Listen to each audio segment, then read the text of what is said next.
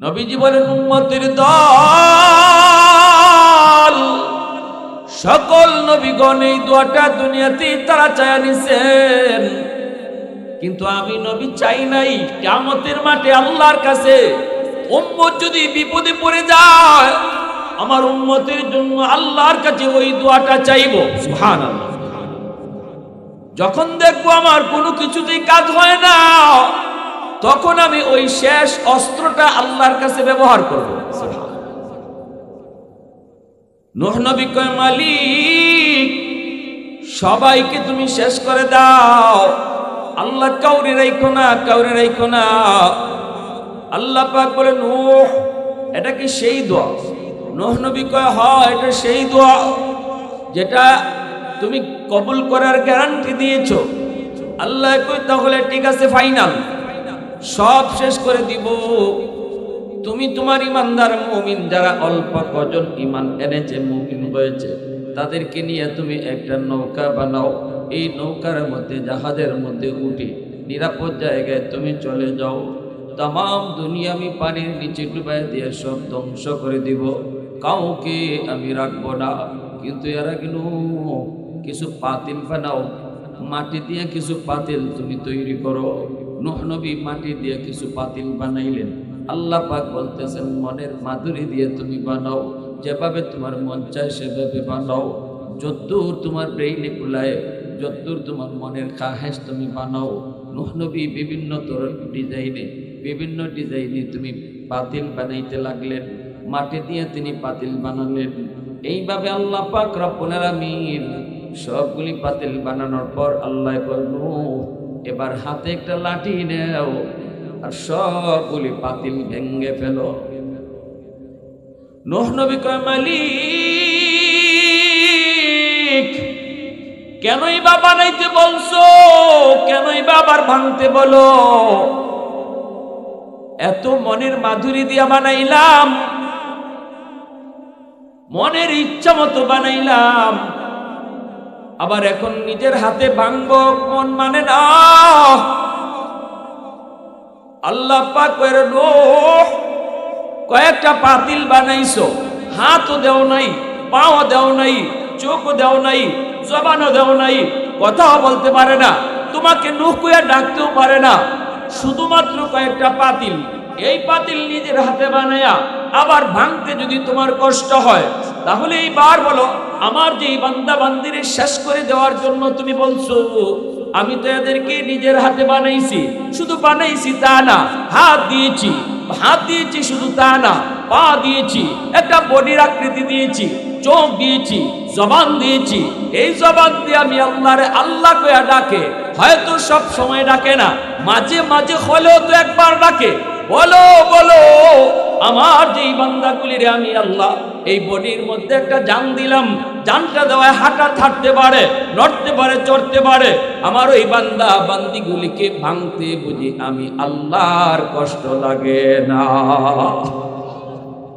ऐ हबीबे किबरिया तुम पर सलाम, ऐ हमारे दिलरुबा तुम पर सलाम, दिल सदा कहता रहा तुम पर सलाम, ऐ हबीबे किबरिया तुम पर सलाम। मस्जिदे अक़सा में जुमला अंबिया, मस्जिदे अक़सा में जुमला अंबिया, मुक़्तदी थे और बिहा तुम मुक़्तदा,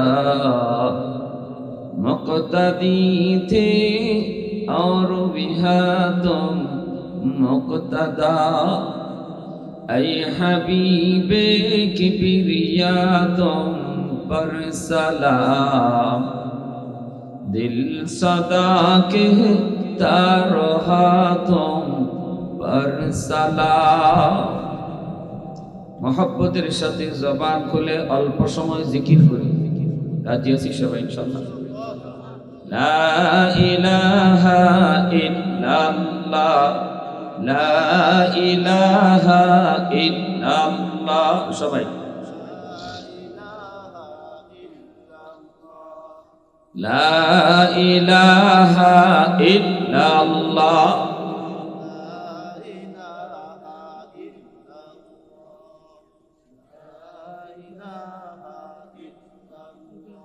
মহব্বতের সাথে লা ইলাহা ইল্লাল্লাহ।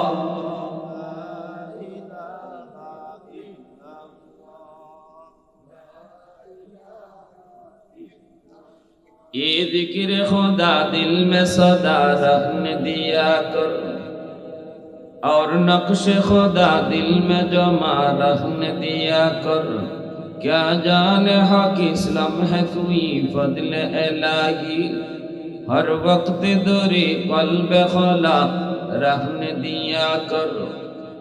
मुर्शिद की नजर गज़ बसर से न होती है, क्या खुश नजरी खुश नजरी खुश नजरी है। क्या खुश नजरी खुश नजरी खुश नजरी है। दिल तूर के दिल जोर दिया सबका खुदा से, क्या दिल शिकानी दिल शिकानी दिल शिकानी है। क्या दिल शिकानी दिल शिकानी दिल शिकनी है। ला इलाहा इल्लल्लाह जुरे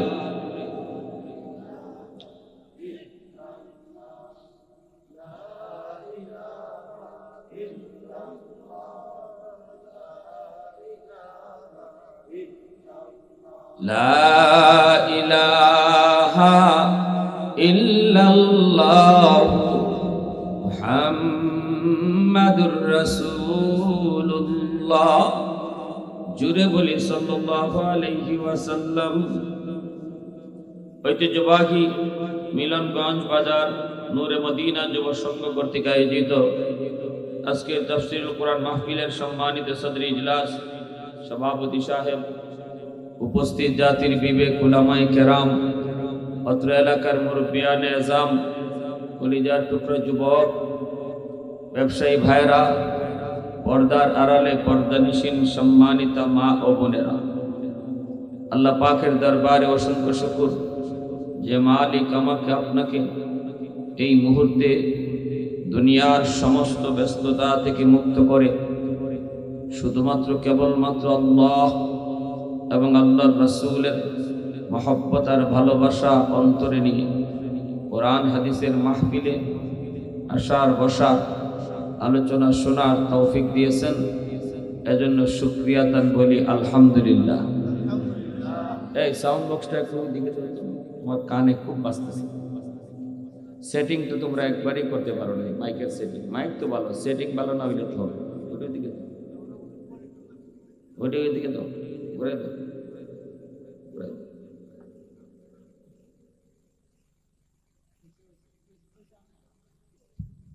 আল্লাহ আমাদেরকে এই মুহূর্তে দুনিয়ার সব ব্যস্ততা থেকে মুক্ত করে একটি জান্নাতি বাগানে, জান্নাতি সামিয়ানার নিচে আসার বসার সুযোগ করে দিয়েছেন। এজন্য আবারও শুকরিয়াতান বলি আলহামদুলিল্লাহ। আমাকে বিষয় দেওয়া হয়েছে মানব সৃষ্টির রহস্য। মানুষ আল্লাহ কেন বানাইলেন, কিভাবে বানাইলেন। আমাদের বানানেওয়ালাকে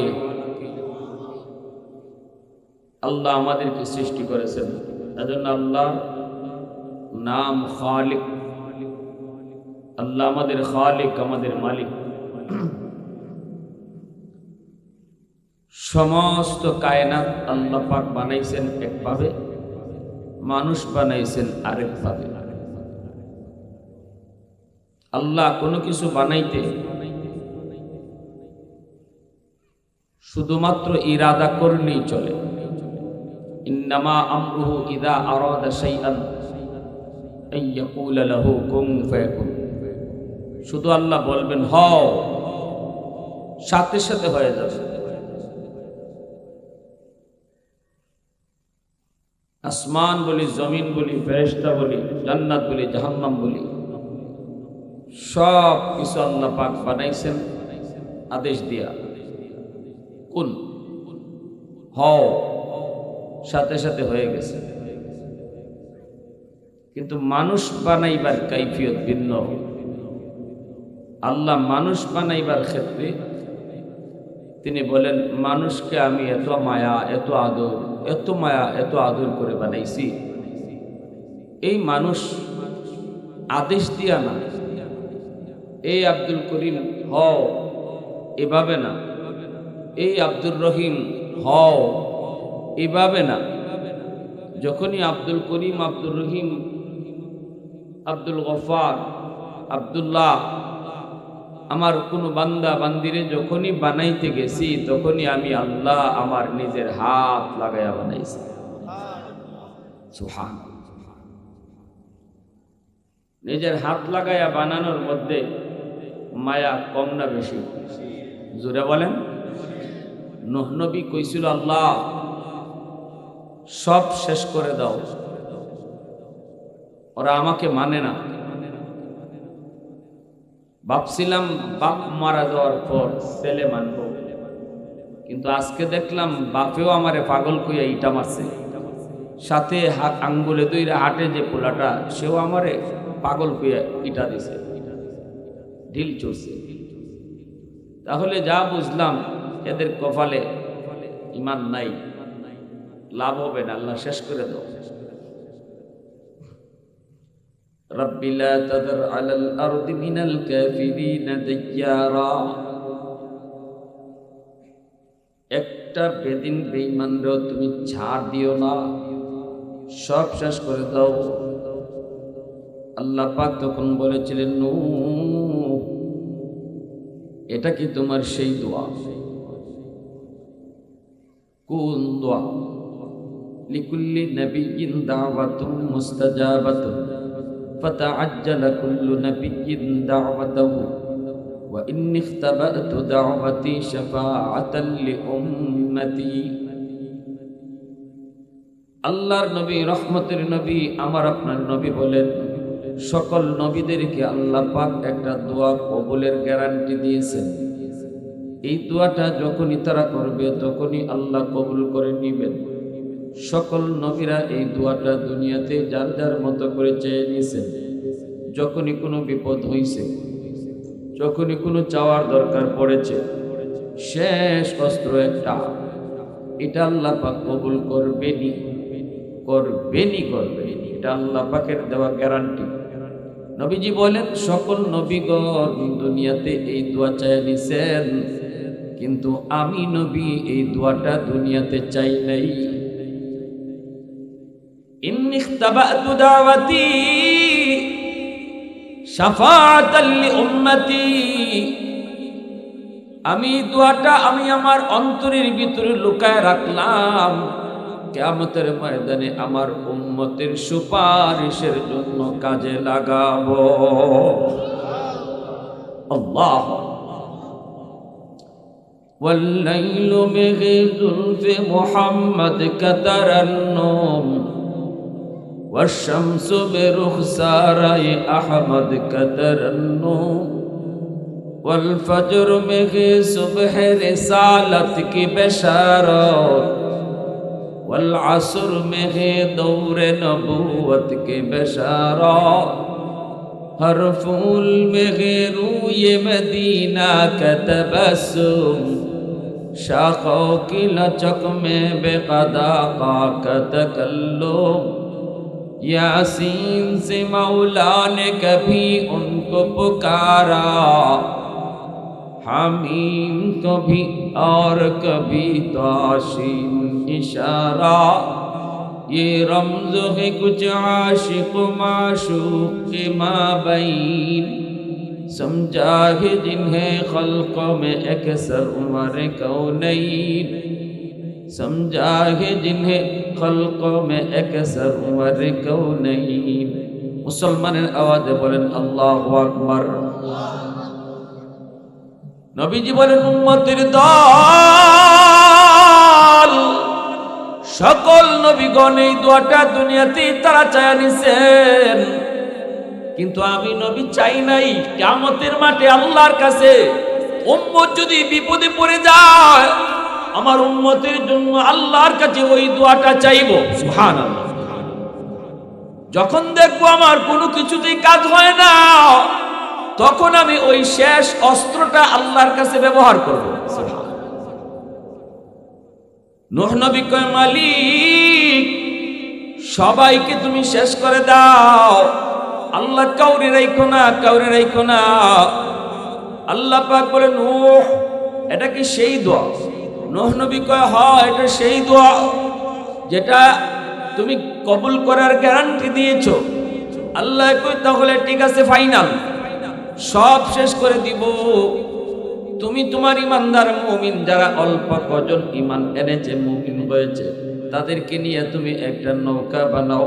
এই নৌকার মধ্যে, জাহাজের মধ্যে উঠে নিরাপদ জায়গায় তুমি চলে যাও। তাম দুনিয়া আমি পানির নিচে ডুবাই দিয়ে সব ধ্বংস করে দিব, কাউকে আমি রাখবো না। কিন্তু এরা কেন কিছু পাতিল বানাও, মাটি দিয়ে কিছু পাতিল তুমি তৈরি করো। নূহ নবী মাটি দিয়ে কিছু পাতিল বানাইলেন। আল্লাহ পাক বলতেছেন, মনের মাধুরী দিয়ে তুমি বানাও, যেভাবে তোমার মন চায় সেভাবে বানাও, যতদূর তোমার ব্রেইনে কুলায়, যতদূর তোমার মনের খাহেশ তুমি বানাও। নূহ নবী বিভিন্ন ডিজাইনে তুমি পাতিল বানাইতে লাগলেন, মাটি দিয়ে তিনি পাতিল বানালেন। এইভাবে আল্লাহ পাক রব্বুল আলামিন সবগুলি পাতিল বানানোর পর আল্লাহ কয়, নূহ এবার হাতে একটা লাঠি নেও আর সবগুলি পাতিল ভেঙে ফেলো। নূহ নবী কয়, মালিক কেনই বা বানাইতে বলছো, কেনই বা আবার ভাঙতে বলো? এত মনের মাধুরী দিয়া বানাইলাম, মনের ইচ্ছা মতো বানাইলাম, আবার এখন নিজের হাতে ভাঙবো, মন মানে না। আল্লাহ পাক কইরা, নূহ কয়েকটা পাতিল বানাইছো, হাতও দেও নাই, পাও দেও নাই, চোখও দেও নাই, জবানও দেও নাই, কথাও বলতে পারে না, তোমাকে নূহ কইয়া ডাকতেও পারে না, শুধুমাত্র কয়েকটা পাতিল। এই পাতিল নিজের হাতে বানায়া আবার ভাঙতে যদি তোমার কষ্ট হয়, তাহলে এইবার বলো, আমার যে বান্দা বান্দিরে শেষ করে দেওয়ার জন্য তুমি বলছো, আমি তো এদেরকে নিজের হাতে বানাইছি। শুধু বানাইছি তা না, হাত দিয়েছি শুধু তা না, পা দিয়েছি, একটা বডির আকৃতি দিয়েছি, চোখ দিয়েছি, জবান দিয়েছি। এই জবান দিয়ে আমি আল্লাহরে আল্লাহ কইয়া ডাকে, হয়তো সব সময় ডাকে না, মাঝে মাঝে হলেও তো একবার ডাকে। বলো বলো, আমার যেই বান্দাগুলিরে আমি আল্লাহ এই বডির মধ্যে একটা জান দিলাম, জানটা দেওয়ায় হাঁটা থাকতে পারে, নড়তে পারে, চড়তে পারে, আমার ওই বান্দা বান্দিগুলিকে ভাঙতে বুঝি আমি আল্লাহর কষ্ট লাগে না? কি পরিমাণ মায়া, কি পরিমাণ মায়া! নূহ নবীর একজন মহিলা কয়, নবী গো, যেদিন তুফান শুরু হয়ে যাবে আপনি আমাকে ইয়াদ করে জাহাজে উঠে আপনি নিয়ে যান গো নবী। আমি একজন দুর্বল মহিলা, আমার গায়ে বড় শক্তি কম, আমি পারাপারি করে জাহাজে উঠতে পারবো না। আমি একজন বয়স্ক মহিলা, তুফান শুরু হলে আপনি আমাকে ইয়াদ করে জাহাজে উঠে নিয়ে। নবী কই, ঠিক আছে মা। এই বইলা নবী তো মনে ঠিক আছে বললেন ঠিকই, কিন্তু ভুলে গেলেন। যেদিন তুফান শুরু হয়ে গেল ওই দিন তিনি এই মহিলার কথা ভুলে গেলেন। বেশ কিছুদিন পর যখন তামাম দুনিয়া পানিতে ডুবলো, সব কিছু আল্লাহ মিসমার করে দিল। এরপরে যখন দুনিয়া আবার স্বাভাবিক হলো, নূহ নবীর তখন মনে পড়েছে ওই মহিলার কথা। মনে মনে ভাবতেছে, হায় রে, আমি কি ভুল করলাম, আমি তো আল্লাহর বান্দির কথা ভুলে গিয়েছি। ইনি তো আমাকে বারবার বলেছিল, নবী গো আপনি আমাকে ইয়াদ করে নিয়ে যায়েন, আমি ফারাফারি করে নৌকায় উঠতে পারবো না। হায় আমি তো ভুলে গেলাম। হায় ভুলে গেলাম। তিনি দৌড়ায় গেলেন, যা দেখেন আল্লাহর বান্দির ভাঙ্গা ঘর আগের মতোই এখনো দাঁড়ায় আছে। বড় বড় অট্টালিকার কোনো খবর নাই, সব শেষ। কিন্তু ওই বৃদ্ধা ইমানদার মুমিন মহিলাটার ভাঙ্গা ঘর আগের মতোই দাঁড়ায় আছে। আল্লাহর পয়গম্বর নূহ এইবার আল্লাহর কাছে সেজদায় পড়ে কই, মালিক তোমার কুদরত বুঝা বড় দায়, আল্লাহ বুঝি নাই। এইবার তিনি ডাক দিলেন, মা, ও মা, মা। মহিলা ঘরের ভিতর থেকে আওয়াজ দেয়া কয়, নবী গো, তুফান কি শুরু হয়ে গেছে নাকি? এইদিকে তুফান শেষ, তামাম দুনিয়া পানির নিচে ডুবলো, মহিলার খবর নাই। মহিলা কয়, নবী গো, তাহলে তুফান কি শুরু হয়ে গেছে নাকি? আল্লাহ নবী সাজদায় পড়ে আল্লাহর কাছে কান্দে আর কয়, মালিক কিছুই তো বুঝলাম না, তোমার কুদরত বোঝা বড় দায়, আল্লাহ একটু বুঝায় কও কি হয়েছে। এই মহিলার তো কোনো খবরই নেই, সে তো টেরই পাইল না এত বড় তুফান গেল, এত বড় জলোচ্ছ্বাস গেল, তামাম দুনিয়া তুমি সবকিছু মিসমার করলা, পানিতে ডুবায় সব শেষ করে দিলা, অথচ তোমার বান্দি খবরই পাইল না। আমারে আরো জিজ্ঞেস করে তুফান কি শুরু হয়ে গেছে নাকি? মালিক একটু কও, একটু বুঝায় দাও, আমি তো বুঝি না। আল্লাহ তখন কয়ে, রে নূহ, আমার বান্দি এত করে তোমারে কইছিল ইয়াদ ফিরা নিয়ে যাইতা, ভুলে গেছো, ভুলে গেছো। তোমরা নবী হইয়া উম্মত বলতে পারো, কিন্তু আমি আল্লাহ হইয়া বান্দা বান্দি ভুলতে পারি না। তুমি ভুললো, আমি আল্লাহ ভুলি নাই। আমার বান্দিটা এত করে তোমারে বুঝায় বলছিল তুমি ইয়াদ করে নিয়ে যাইতা, কিন্তু ভুলে গেছো।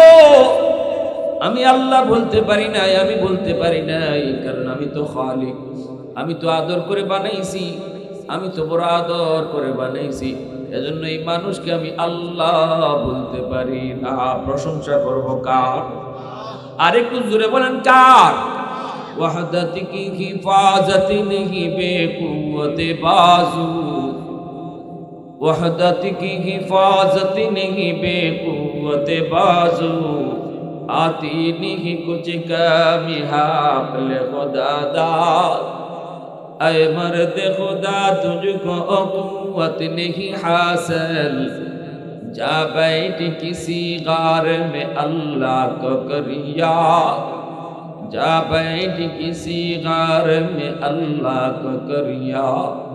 ये सच है कि बातिल की तरफदार नहीं हम, गद्दार न समझो गम गद्दार नहीं हाँ, फूलों की तो नरम मिजाज अपने नाज़ो, हम तीरी नहीं नेज़ा व तलवार नहीं हाँ, हम तीरी नहीं नेज़ा व तलवार नहीं हाँ। मुसलमाনের आवाज़े को अल्लाहु আকবার। আল্লাহ পাক রব্বুল আলামিন কয়, হাদিসে কুদসি আল্লাহ কয়, জাদুনি আলা কুল্লি ইয়াউমিন ওয়াল আরদু ইস্তাজিলু রাব্বাহু, প্রতিদিন জমিন আমি আল্লাহর কাছে আবদার করে, আল্লাহ অনুমতি দাও, বেনামাজি আমি জমিনের উপর দিয়ে আর কত চলবে, এই যে সুদখোর আর কত আমি জমিনের উপর দিয়ে হাঁটবে, নেশাখোর আমি জমিনের উপর দিয়ে আর কত চলবে, আসবিরু ইলা মাতা আসবিরু, আমি জমিন কত ধৈর্য ধরব, আর কত ধৈর্য ধরব, আবতালু ইবনা আদম ফি কারি, আল্লাহ তুমি যদি অনুমতি দাও ওই বেনামাজিকে আমি জমিন গিলে ফেলবো, সুদখোরকে আমি জমিন গিলে ফেলবো, ঘুষখোরকে আমি জমিন গিলে ফেলবো, ওই যে দেখো না বেপরদায় চলে তারে আমি জমিন গিলে ফেলবো, আল্লাহ নেশাখোরকে আমি জমিন গিলে ফেলবো, জিন্দা তারে দাফন করে ফেলবো, আমি জমিনের উপর দিয়ে বেনামাজির পায়ের বোঝা আর কত আমি জমিন সহ্য করব, তার পায়ের লোড আর কত নিব গো মালিক, ও মালিক কও না, ধৈর্য ধরবো তো আর কত কাল, কত কাল। আল্লাহ পাক শুধু জমিন নয়, এই মিলনগঞ্জের বাজারের জমিনও আল্লাহর কাছে প্রতিদিন আবদার করে।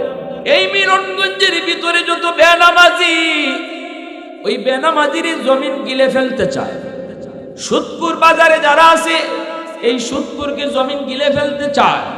জমিন কই মালিক আর তারে হাঁটার সুযোগ দিব না, অনুমতি দাও, সুদখোরকে আমি জমিন গিলে ফেলি। আল্লাহ কয় শুধু জমিন নয়, ওয়াল বাহরা ইয়াস্তাজিলু রাব্বাহু, সাগর মহাসাগরগুলি আবদার করে, আল্লাহ আমি কক্সবাজার সমুদ্র সৈকতের পারে কত নাফরমানি করলো, কত গুনাহগার গুনার আয়োজন করে গো আল্লাহ। আমি সাগরের পানি চায় চায় শুধু তাদের নাফরমানি দেখি। আমি সাগরের পারে আইসা কত যুবক কত যুবতী অন্যায় করে গুনাহ করে। আমি সাগরকে একটু ডরায় না। আমি যেমন শান্ত তেমন অশান্ত, আমি যতটা শান্ত ততটা অশান্ত।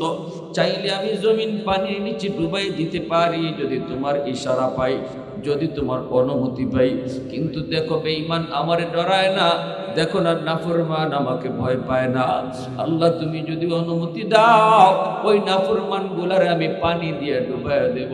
যেই জমিনটারে ওরা নাপাক বানাইছে, এই নাপাক জমিনটারে আমি পাক বানিয়ে দেব।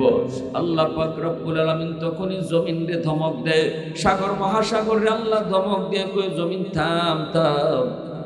আল্লাহ কয়ে জমিন ভালো করে শুন, আমি আল্লাহ দেখতেছি এই জমিনের ভিতরে কত গুনাহ হয়, কত অন্যায় হয়, কত অত্যাচার হয়, কত জুলুম হয়। আমি আল্লাহ দেখতেছি কত নাফরমানি হয়। এরপরও আমি কেন নগদ ধরি না জানোনি? কারণ এই মানুষকে আমি আল্লাহ বড় আদর করে বানাইছি। আসমান আল্লাহ বানাইছেন কুন ফায়াকুন বইলা, জমিন আল্লাহ বানাইছেন কুন ফায়াকুন বইলা, ফেরেশতা আল্লাহ বানাইছেন কুন ফায়াকুন বইলা। কিন্তু আমারে আপনারে আল্লাহ পাক কুন ফায়াকুন বইলা বানায় নাই। আমারে আপনারে যখন আল্লাহ বানাইছে, আল্লাহ বলে খালাকতু বিয়াদাইয়া, এ জমিন এই মানুষকে আমি নিজের হাত দিয়ে বানাইছি। কারণ এই চেহারার মধ্যে এত দামি কপাল, এই কপাল দিয়ে বান্দা আমি আল্লাহর কুদরতি কদমে সেজদা দিবে।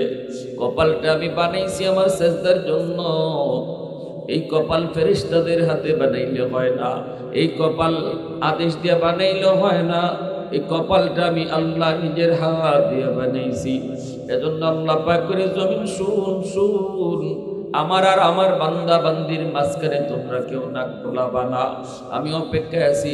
60 বছর 70 বছর যাবত আমার বান্দা গুনাহ করে, কোথায় কখন কোন সময় জানি ওয়াজ মাহফিলে দেব, দিলটা নরম হয়ে যায়। আমার কোন একজন নায়েবে নবীর কথায় যদি তার দিলটা নরম হয়, চোখের পানিটা ফালায় কয় আল্লাহ মাফ করো, ভুল করেছি, আর জীবনে ভুল করব না। আমি 60 বছরের গুনাহ মুহূর্তের ভিতরে মাফ করে দিব। ইল্লা মান তাবা ওয়া আমানা ওয়া আমিলা আমালান সালিহা ওয়া উলাইকা ইউবাদদিলুল্লাহু সাইয়্যাতিহিম হাসানাত ওয়া কানাল্লাহু গফুরার রহিমা। আল্লাহ পাক কয় শুধু তার তওবার কারণে তার গুনাহগুলোকে আমি মাফ করব তা না, বরং তার গুনাহগুলোকে আমি আল্লাহর নেকি দ্বারা পাল্টায় দিব। তার গুনাহ যদি পাহাড় পরিমাণ হয়, তওবার দ্বারা আমি তার গুনাহকে পাহাড় পরিমাণ নেকি বানায় দিব। গুনাহ যদি সাগর পরিমাণ হয়, আল্লাহু আকবার জোরে বল, গুনাহ যদি সাগর পরিমাণ হয়, আমার বান্দার তওবার কারণে সাগর পরিমাণ গুনাহকে আমি সাগর পরিমাণ নেকি বানায় দিব। আল্লাহু আকবার জোরে কও, মুসলমানের আওয়াজে কও আল্লাহু আকবার। হয় নাই আরো জোরে আল্লাহু আকবার। এজন্য আল্লাহ পাক রব্বুল আলামিন জমিনে ধমক দেয়, সাগর মহাসাগরকে ধমক দেয়। আল্লাহ পাক রব্বুল আলামিন কই জানোনি? জমিনে যতদিন 4 দল থাকবে আমি জমিন টিকায় রাখবো। এই জমিনের ভিতরে 1 নাম্বার দল, যাদের উসিলায় আমি জমিন টিকায় রাখছি, লাউলা মাশাইকু রুফকা ওয়াশ শাবাবু খুশা ওয়াল আতফালু রুদ্দা ওয়াল আনআমু রুদ্দা লাজআলতুস সামাআ হাদিদা ওয়াল আরদা খাফসাফা ওয়াত তুরাবা রামাদা ওয়ামা আনজালতু মিনাস সামাই কাতরা ওয়ামা আমবাততু মিনাল আরদি নাবাতা বাল আনজালতু আলাইকুমুল আযাবা সাফা। আল্লাহকে এক নম্বর হলো জমিনের ভিতরে আমার কিছু বান্দা বান্দি, বয়স্ক কিছু বান্দা বান্দি আছে, চুল দাড়ি তাদের সাদা হয়ে গেছে, কোমরে তার ব্যথা, হাঁটুতে তার ব্যথা, রুকু করতে তার কষ্ট হয়, সেজদা দিতে তার বড় কষ্ট হয়। কিন্তু আমার বান্দা কষ্ট হলো সে কষ্ট কইরা আমি আল্লাহকে সেজদা দেয়, কোমরটা তার সিরা যায়, রগটা তার সিরা যায়, এরপর আমি আল্লাহরে রুকু করে অসুস্থ অবস্থায় কষ্ট হয় নামাজ পড়তে, এরপর নামাজ পড়ে আমার বান্দা কষ্ট করে করে যখন আমার কদমে সেজদা দেয়, তখন তার সেজদার দিকে তাকাইলে এই জমিনের প্রতি আমার মায়া লেগে যায়। আল্লাহ কয় জমিন, দুই নম্বর ওয়াশাবাবু খুশা, এই জমিনের ভিতরে যখন আমি আল্লাহ দেখি কিছু যুবক যৌবনে তারে মসজিদে পাওয়া যায়, আমি আল্লাহ যখন কিছু যুবক দেখি গানের আয়োজন করে না, বন্ধুদের সাথে গানের আয়োজন করার কথা, যৌবনের চাহিদা হলো গুনাহ করা, যৌবনের চাহিদা হলো জিনা করা, যৌবনের চাহিদা হলো গান বাজনা করা, যৌবনের চাহিদা হলো চুরি করা, যৌবনের চাহিদা হলো মারামারি করা। কিন্তু আমি যখন দেখি এই জমিনের ভিতরে কিছু যুবক না না যৌবনে মারামারি করে না, যৌবনে বেয়াদবি করে না, বাপ মার সাথে বেয়াদবি করে না, নানা মুরব্বীদের সাথে বেয়াদবি করে না, উলামায়ে কেরামের সাথে বেয়াদবি করে না, তারে যৌবনে মসজিদে পাওয়া যায়, যৌবনে ওয়াজ মাহফিল করাইতে দেখা যায়, যৌবনে তাফসীর মাহফিল করাইতে তারে পাওয়া যায়। আমি আল্লাহ যখন দেখি যৌবনে তার মাথায় টুপি, আমি যখন দেখি যৌবনে তার মুখে দাড়ি, তখন এই যুবকের দিকে তাকাইয়া এই জমিনের প্রতি আমি আল্লাহর মায়া লেগে যায়। এজন্য আমার ভাইরা বন্ধুরা, আল্লাহ পাক রব্বুল আলামিন কয় এ জমিন ভালো করে শুন, আমি ততক্ষণ পর্যন্ত ধরব না যতক্ষণ পর্যন্ত জমিনে এমন যুবক থাকবে। ধন্য মায়ের ধন্য সন্তান মিলনগঞ্জের এই যুব সমাজ, নূরে মদিনার যুব সমাজ, এ যুবক তোমার মতো যুবকের উসিলায় আল্লাহ জমিন টিকায় রাখছে। আল্লাহু আকবার জোরে কও। তোমার মতো যুবকের উসিলায় আল্লাহ কয় আমি জমিন টিকায় রাখছি, আমি আল্লাহ জমিন টিকায় রাখছি, আসমান আসমানের জায়গায়, জমিন জমিনের জায়গায় দাঁড় করে রাখছি। যেই পরিমাণ মানুষের গুনাহ এই পরিমাণ গজব নাই, যেই পরিমাণ মানুষের গুনাহ এই পরিমাণ আযাব নাই। তালিকা যদি তৈরি করা হয়, সমাজের তালিকা তৈরি করলে দেখা যাবে বেনামাজির সংখ্যা বেশি, নামাজির সংখ্যা কম। ঘরের ভিতরে যদি তালিকা করি, ঘরের সদস্যদের ভিতরে যদি আমরা গণনা করি, সেখানেও দেখবো বেনামাজির সংখ্যা বেশি, নামাজির সংখ্যা কম। আওয়াজ দিয়া বলা ঠিক কিনা?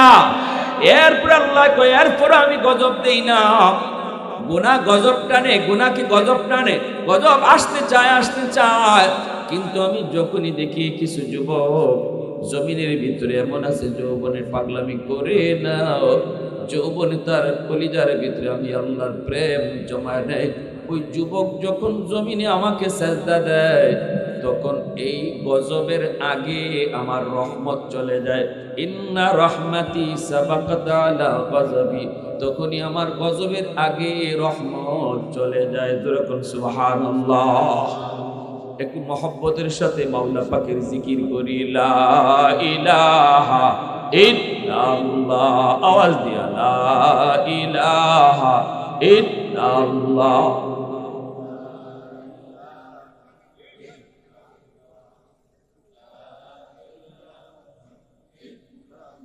আরো জোরে লা ইলাহা ইল্লাল্লাহ।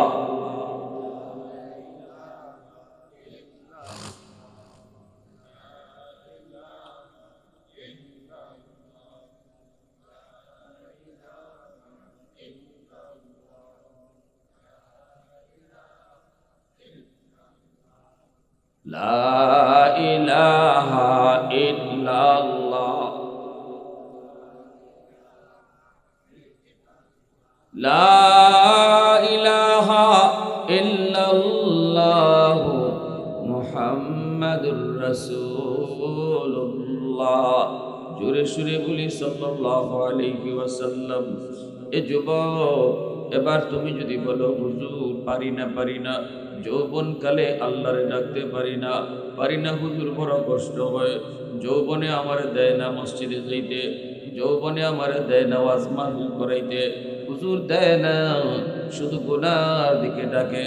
তাহলে আমি বলবো যুবক, সর্ব জায়গায় সর্বক্ষেত্রে যদি তুমি তাকাও, সব জায়গার সব সেক্টরে আল্লাহ পাক কিছু না কিছু যুবককে দিনের লাইনে রাখছেন। আজকে তুমি পুলিশ ডিপার্টমেন্টে গেলেও দেখবা কিছু পুলিশ যুবক নামাজ পড়ে, রেবে যাও সেখানেও দেখবা কিছু যুবক নামাজ পড়ে, আর্মিতে যাও যে দেখবা কিছু যুবক যৌবনে সে নামাজ পড়ে দাঁড়িয়ে রাখছে, টুপি মাথায় দেয়। যদি ওই যুবকে যৌবনে পারে আল্লাহরে ডাকতে, তুমি কেন পারবা না?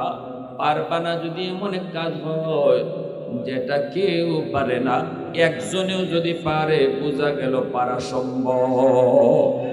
আমি ঢাকা ইউনিভার্সিটিতে গেলাম, বন্ধু আমারে ডাকলো, দোস্ত ইউনিভার্সিটিতে আসো। আমি ঢাকা ইউনিভার্সিটিতে গেলাম, আমার একজন দোস্ত ঢাকা ইউনিভার্সিটিতে পড়ালেখা করে। সেখানে গেলে পরে জোহরের নামাজটা আদায় করলাম মসজিদে, ইউনিভার্সিটির ভিতরে মসজিদ, এই মসজিদে জোহরের নামাজটা আদায় করলাম। নামাজটা পড়ে যখন বের হলাম, দোস্তের সাথে মুসাফা হলো। এরপরে দেখি দোস্তের পাশে আরেকজন যুবক দাঁড়ায় আছে, মাথায় তার সাদা পাগড়ি, পরনে তার সাদা জুব্বা, মুখে নবীর সুন্নতি দাড়ি, চেহারার মধ্যে যেন নূর চমকাইতেছে, এত সুন্দর। আমার সাথে মুসাফা করলো, মুস্কি হাসি দিয়া দেওয়া সুন্নত, সুন্নত তরিকায় হাসি দিয়া মুসাফাটা করলো। আমার দোস্ত কই, দোস্ত দেখা তোমার কেমন মনে হয়? আমি বললাম হয় কোনো মাদ্রাসায় পড়ে নতুবা পড়ায়। দোস্তই কই, না রে দোস্ত, জীবনেও কোনোদিন মাদ্রাসায় পড়ে নাই, তবে ফ্যামিলিটা হলো ধার্মিক ফ্যামিলি, বাবাও দিনদার, মাও দিনদার। মাও তারে শিশুকালে দিন শিখাইছে, বাবাও তারে দিন শিখাইছে। এজন্য মা বাবা সন্তানের জন্য সর্বপ্রথম শিক্ষক, ঘর হলো তার প্রথম বিদ্যালয়। বাপ মা তারে শিশুকালে দিন শিখাবে, মা বাবা তার প্রথম শিক্ষক। এজন্য কলেমা মায় শিখাবে, নামাজ বাবায় শিখাবে, এমনি ভাবে খাওয়ানোর দোয়া বাপ্পায় শিখাইবে, ঘুমের দোয়া মা বাবা শিখাইবে। ঠিক কিনা জোরে কও? খাওয়ানোর দোয়াটা বাপ মায় শিখাও, ঘুমের দোয়াটা বাপ মায় শিখাও, কালেমা বাপ মায় শিখাও। বাপ মার কাছ থেকে শিশু সন্তান কি আশা করে? এগুলো আশা করে। সালাম কালামটা বাপ মা সন্তানকে শিখাও। মুরব্বি দেখলে সালাম দিতে হয়, এটা কেমনে দিতে হয়? আগে বাবা সন্তানকে সালাম দাও, সন্তানকে সালাম দিয়ে শিখাও। বাবা ঢুকো, ঘরের ভিতরে ঢুকো, আসসালামু আলাইকুম ওয়া রাহমাতুল্লাহ ওয়া তুমি ঘরে ঢুকো, তোমার শিশু বাচ্চারা সালাম শিখবে। ঠিক কিনা? এটা বাপ মার দায়িত্ব, বাপ মার দায়িত্ব, এটা সন্তানের পাওনা, বাপ মার কাছে সন্তানের পাওনা। শিশুকালে আমার একটা ঘটনা মনে আছে। আমার আব্বার পাশে আব্বার একজন বন্ধু আসছেন আমাদের বাড়িতে, আমাদের ঘরে। তো আমি বাচ্চা তখন আব্বার কাছে গেছি, সালাম দিই নেই। আব্বা বলতেছে, বাবা একজন মেহমান এখানে বসা, তাও তোমার আব্বুর বন্ধু, সালাম দিলা না? তা আমি বলতেছি আসসালামু আলাইকুম রহমতুল্লাহ। তখন আব্বা বলতেছে, না তোমার এই সালাম আমি নেব না, তুমি রুম থেকে বের হও, আবার রুমে ঢুকো, সালাম দিয়ে ঢুকো। তখন আব্বার বন্ধু যিনি আমার আঙ্কেল, ইনি কইতেছে, ভাই বাদ দেন, শিশু বাচ্চা, ছোট বাচ্চা বুঝে না, সালাম তো দিছেই, বাদ দিয়া দেন, এত সালাম দিছে। আব্বা বলতেছে যে না, এখন যদি সালামটা আমি নেই তাহলে এটা সারা জীবন মনে থাকবে না, আর যদি তার রুম থেকে বাইর করি আবার সালাম দেওয়ায় ঢুকাই, সারা জীবন ইয়াদ থাকবে। বাবা হওয়া সহজ, আদর্শ বাবা হওয়া কঠিন। ঠিক কিনা? ওই দিন যে আব্বা আমার রুম থেকে বাইর করছিলেন, সালাম দিয়া ঢুকাইছিলেন, যার কারণে আজ ৩৫ বছর পরেও এই ঘটনা আমার মনে আছে। কিরে ভাই, আজকে মা ঘুমের সময় যে বাচ্চাটারে ঘুমের দোয়া শিখাইবার কথা, যেই বাবা ঘুমের সময় বাচ্চাটারে দোয়া শিখাইবার কথা, কালেমা শিখাইবার কথা, সূরা ফাতিহা শিখাইবার কথা, সূরা ইখলাস শিখাইবার কথা, এই টাইমে আমি মা, আমি বাবা মোবাইল টিপে ঘুমাইতেছি। ঠিক না? সন্তানের ভবিষ্যৎ অন্ধকার করতেছি আমি মা, আমি বাবা। আমি বাপ মার ভুল সিদ্ধান্তের কারণে বাপ মার নিজের রং চলার কারণে আমার সন্তানের ভবিষ্যৎ অন্ধকার হচ্ছে, আর এর জন্য দায়ী আমি বাপ মা। এজন্য কিয়ামতের মাঠে সন্তান বাপ মার বিরুদ্ধে আল্লাহর আদালতে মামলা দিবে, সন্তান মামলা দিবে। রব্বানা আতিহিম দিফাইনি মিনাল আযাব ওয়ালআনহুম লানান কাবীরা। ও মালিক, আমি যদি আজ জাহান্নামী হই, আমার জাহান্নামে যাওয়ার পিছনে আমি নিজে একা শুধু দায়ী না, আমার বাপ মা দায়ী। সন্তানে করব, আমার মা আমার বাবাকে সামনে আনো, এরা আমাকে ঘরে কি শিখাইছে একটু জিগাও, তোমার পরিচয় আমাকে শিখাইলো কি না। আল্লাহ, খাইতে বসলে যদি আম্মায় কইতো বাবা ডান হাতে খাও, বিসমিল্লাহ কয়ে খাও, বিসমিল্লাহ কয়ে খাও, আমি জিগাইতাম মা ডান হাতে খাইলে কি হয়, তখন মা কইতো আল্লাহ খুশি হয়, তখনই আমি মালিক তোমাকে আমি চিনতাম। ঠিক না? শিশু বাচ্চারা কিন্তু খুব বেশি বেশি বাপ মারে প্রশ্ন করে, আপনি কইবেন হে খালি প্রশ্নই করবো, বাবা ডান হাতে খাও, বাচ্চা কেউ আম্মা ডান হাতে খাইলে কি দেওয়ায়, আল্লাহ খুশি হয়। বাচ্চা কেউ আল্লাহ খুশি হইলে কি হয়, আল্লাহ কেডা? তা আল্লাহ তোমারে আমারে সব জাহান কায়নাত যিনি বানাইছে তিনি আল্লাহ। ওই যে এক কথায় আপনি আল্লাহর পরিচয়টা বাচ্চারে শোনাইছেন, এই শিশু বাচ্চার ব্রেইনের মধ্যে এই আল্লাহর পরিচিতি রেকর্ড হয়ে গেছে। এটা মরণ পর্যন্ত এই বাচ্চার ব্রেইনে থাকবে আল্লাহ কারে বলে, আল্লাহু আকবার জোরে বলে। কারণ শিশুকালটা হলো কাদামাটির মতো, যা লিখবেন তাই লেখা হবে। মাটি যদি শক্ত হয় লিখতে চাইলেও লেখা যায় না। এজন্য মানুষের জীবনের ফাউন্ডেশন হলো শিশুকাল।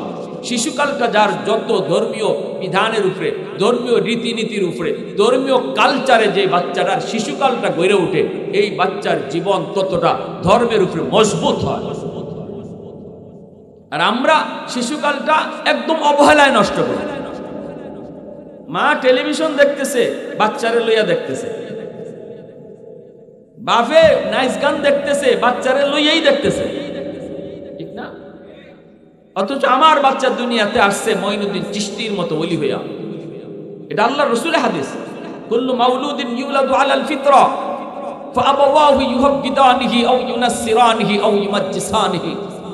রাসূল বলেন সকল সন্তান দুনিয়াতে আসছে আল্লাহর ওলি হইয়া, এরপরে তার বাপ মার ভুল সিদ্ধান্তের কারণে তার ওলায়ত নষ্ট হয়, তার বুজুর্গি নষ্ট হয়। নতুবা আমার বাচ্চা আব্দুল কাদের জিলানী হইয়া দুনিয়া আইছে, এটা রাসূল কইতেছেন, সে কবরেও যাবে জিলানী হইয়া যদি বাপ মার সিদ্ধান্ত সঠিক হয়।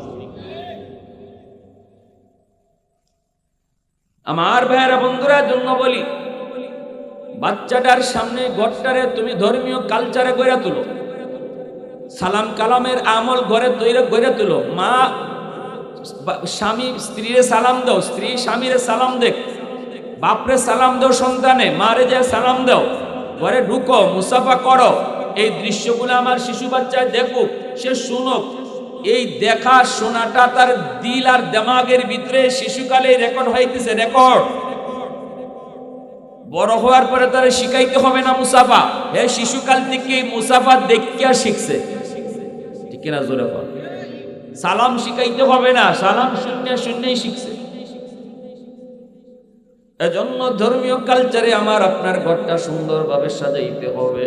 আমার দোস্ত কইতেছে, দোস্ত এই যে তোমার সাথে মুসাফা করলো, এত সুন্দর তার চেহারাটা, নুরানি চেহারা, মাথায় তার সাদা পাগড়ি, পরনে তার জুব্বা, এই লেবাস দেখে তুমি মনে মনে ভাবতেছো সে কোনো মাদ্রাসায় পড়ে, নতুবা মাদ্রাসায় পড়ায় না রে দোস্ত, সে মাদ্রাসায় পড়ে নেই, শিশুকাল থেকে সে স্কুলে পড়ছে, কিন্তু তার মা বড় ধার্মিক, বাবাও বড় ধার্মিক, ঘরের পরিবেশটা ছিল ধর্মীয় পরিবেশ, ধর্মীয় কালচারে সে বড় হয়েছে।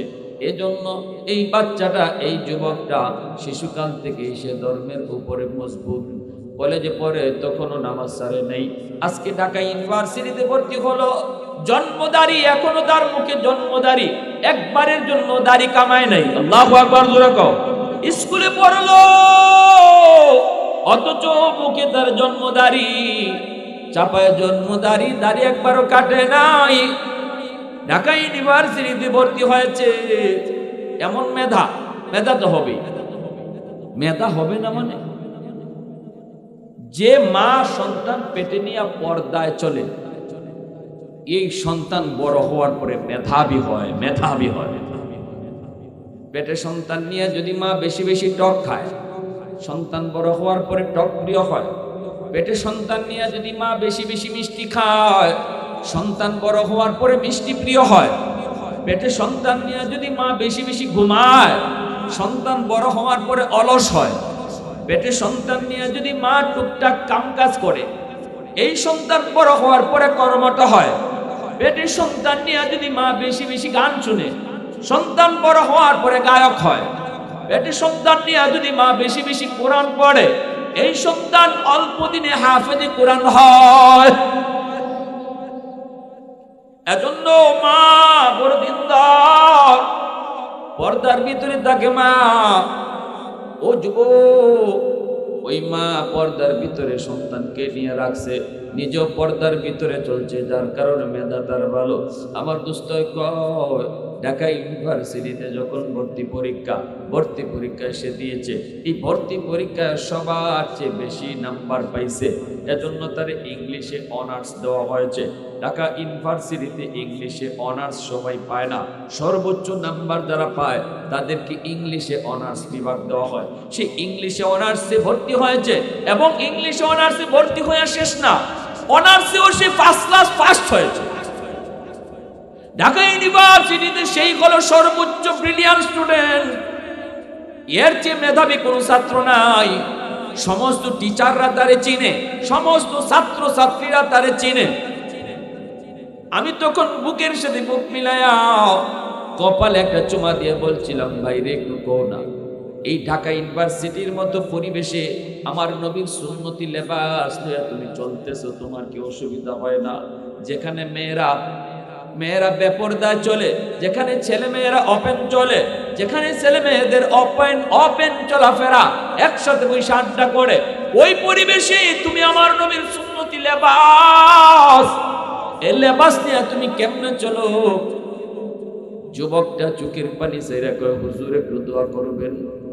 আলহামদুলিল্লাহ, আমাকে আমার উস্তাদরা বড় মায়া করেন, আমার সাথী সঙ্গী সবাই আমাকে বড় শ্রদ্ধা করে, মায়া করে।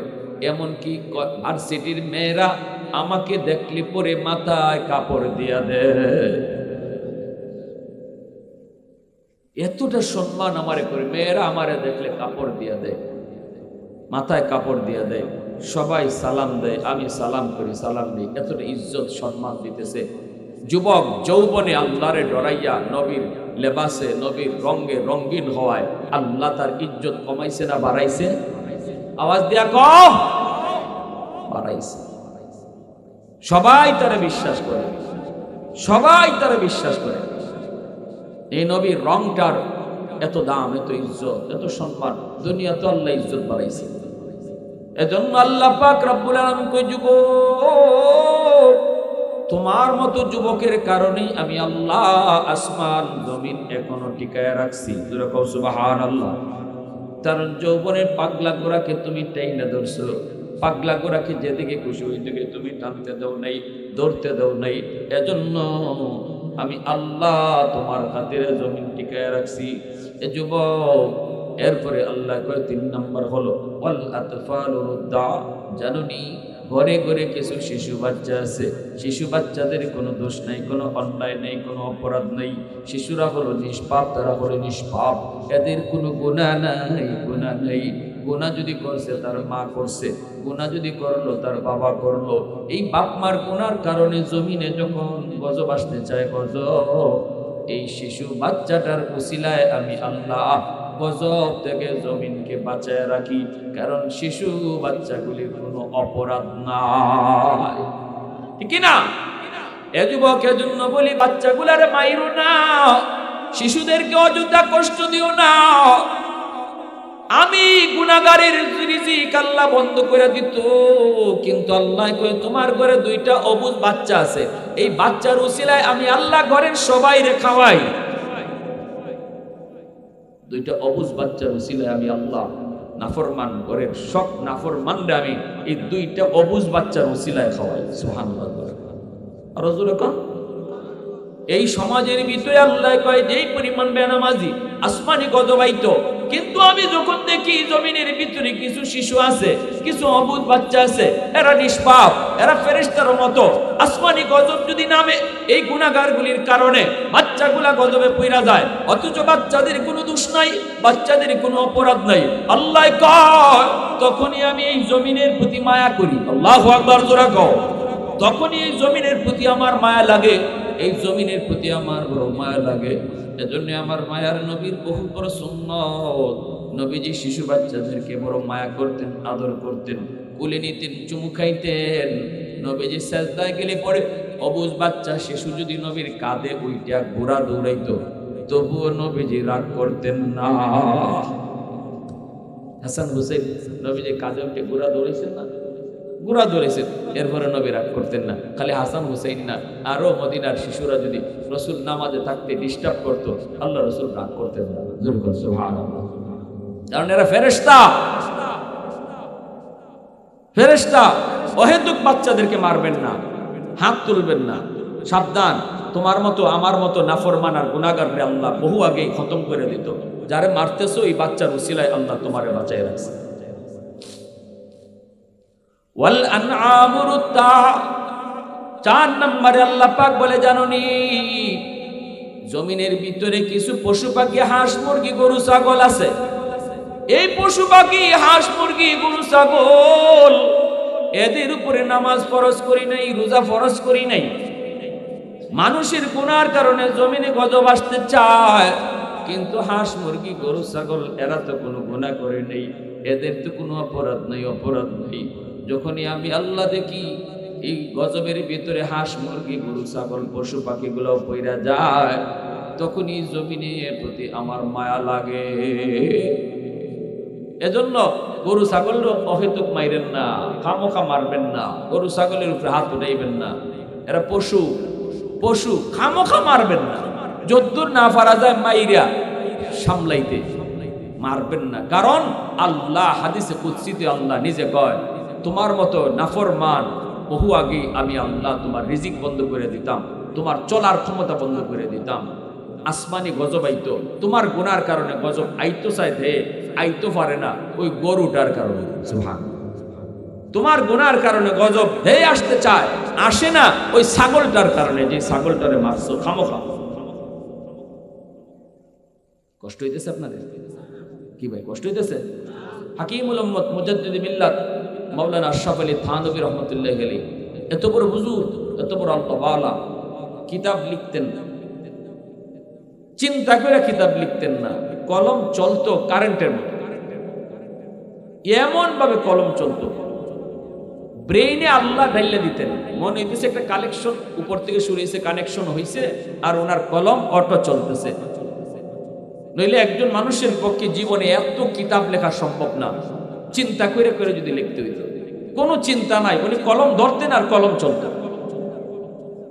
হাকিমুল উম্মত মুজাদ্দিদ মিল্লাত মাওলানা আশরাফ আলী থানভী রহমাতুল্লাহ আলাইহি এনার বিবি সাহেব যাইতেছেন বাপের বাড়িতে বেড়াইতে, আর বলতেছেন, স্বামী গো আমার মুরগি আর মুরগির বাচ্চারে টাইম মতো চাইল।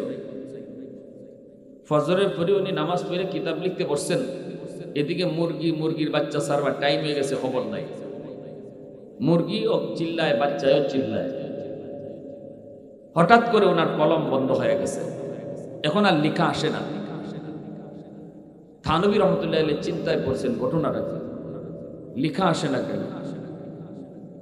বড় পেরেশান, হায় আমার দ্বারা কোনো গুনাহ হয়েছে কিনা, কি ভুল জানি করলাম। সাথে সাথে মনে পড়ছে, হায় রে ওই যে মুরগির আওয়াজ শোনা যায়, দৌড়ে গেছেন ঘরে গিয়ে, যে খাঁচার মধ্যে মুরগি ছিল এই খাঁচাটা খুললে দিছেন, মুরগি বাচ্চাগুলা নিয়ে বাইরেছে। এরপরে তিনি আবার আইয়া ওযু করে লেখা বইছেন, অটো কলম চলা শুরু হয়ে গেছে। ওই যে মুরগিটা কষ্ট পাইতেছিল, আল্লাহ এটা সহ্য করতে পারছে না। আল্লাহ দায়িত্ব ছিল তোমার, এটা আমি এর খালিক আর মালিক আমি আল্লাহ, মুরগিটারও আমি বানাইছি। বিবি সাহেব দায়িত্ব দিয়া গেছে, একটা হাইওয়ান, একটা হাইওয়ান তুমি আটকায় রাখছো, কষ্ট দিতেছো, এজন্য আমার তরফ থেকে যে নিয়ামত তোমার মাথায় আমি দিতেছিলাম, এই নিয়ামত বন্ধ হয়ে গেছে।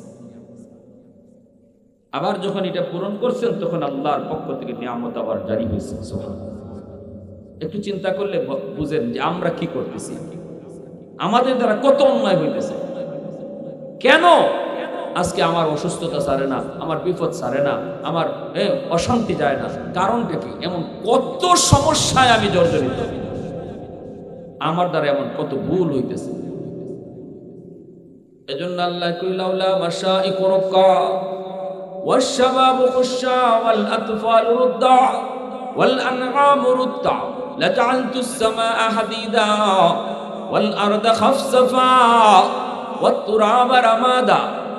যদি এই চার দল জমিনে না থাকতো, লাজআলতুস সামাআ হাদিদা, আমি আল্লাহ আসমানকে লোহা বানায় দিতাম।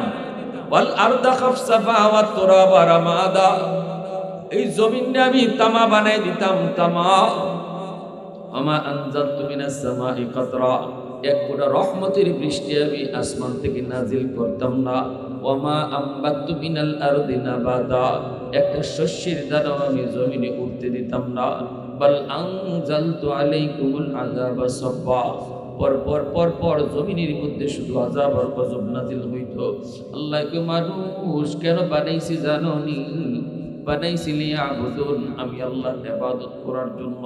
এত আদর করে তোমারে বানাইলাম, নিজের হাত দিয়ে তোমারে বানাইলাম। বানানোর উদ্দেশ্য একমাত্র আমি আল্লাহর গোলামি, উদ্দেশ্য আমি আল্লাহকে চিনা। আগে আমারে চিনো, লিয়াবুদুন আই লিয়ারিফুন। তাফসীরে জালালাইনের মধ্যে লেখেন লিয়াবুদুন আই লিয়ারিফুন, আল্লাহ ইবাদতের জন্য বানাইছে। এর মানে হলো আল্লাহ কয় আমি তোমারে এত আদর করে বানাইছি তুমি যেন আমি আল্লাহকে চিনতে পারো। কেমনে আল্লাহরে চিনা যায়? আল্লাহর ইবাদত করলে আল্লাহকে চিনা যায়, ঠিক না? আল্লাহরে চিনলে মানাটা সহজ। যে যারে চিনে সে তারে মানে। আপনি বইছেন গাড়ির মধ্যে, পাশের সিটের মধ্যে ওসি সাহেব বয়া, আপনি তো মনে করছেন আপনার সাথের প্যাসেঞ্জার, আপনার খবর আছে, আপনি ফাউনা চাইতেছেন, আপনার চাইতেছেন, খবর নাই আপনার। একজন আইসে কানে কানে কইছে, ইবা যে ফাউলা রাইতেছো দারো যে গোয়া চিনো কেটা? কেটা? ওসি। এখন আর ফাউল লড়বো নি আপনি? জোরে মাতো ফাউল লড়বো। আর এখন এতক্ষণ চিনো না, এজন্য লড়াইছো, এখন চিনছো, সাথে সাথে শিরা ঠান্ডা, ঠিক কিনা? এজন্য আল্লাহ আগে আমারে চিনো, বানাইছি তোমারে চিনবার লাগে। ফেসেলে গেছে এয়ারপোর্ট, আমারে যদি চিনো তখন আমারে মানাটা সহজ হইব। আল্লাহ কয় তখন নামাজ পড়াটা সহজ হইব। আগে আমারে চিনো। ফুট গেছে বাপরে আনতো এয়ারপোর্ট, বাপ লজ্জা দিন ধরে আয় না বিদেশ থেকে।